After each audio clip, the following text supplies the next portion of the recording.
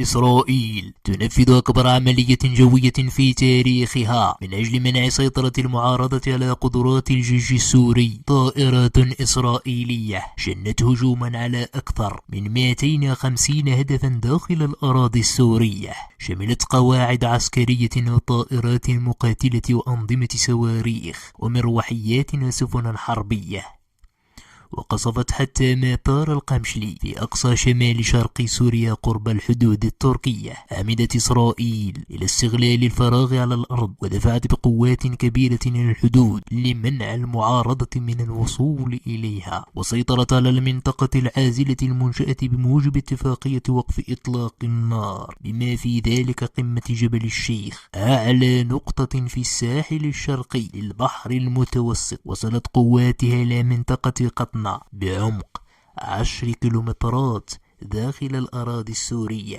دول عربية منها مصر وقطر والسعودية نددت بالتوغل الإسرائيلي الذي أطار أيضا حفيظة الأمم المتحدة وقواتها المنتشرة هناك. Did inform UNDOF that it would enter that area as, quote, a temporary defensive measure to, and I quote, prevent it from being occupied by non-state armed.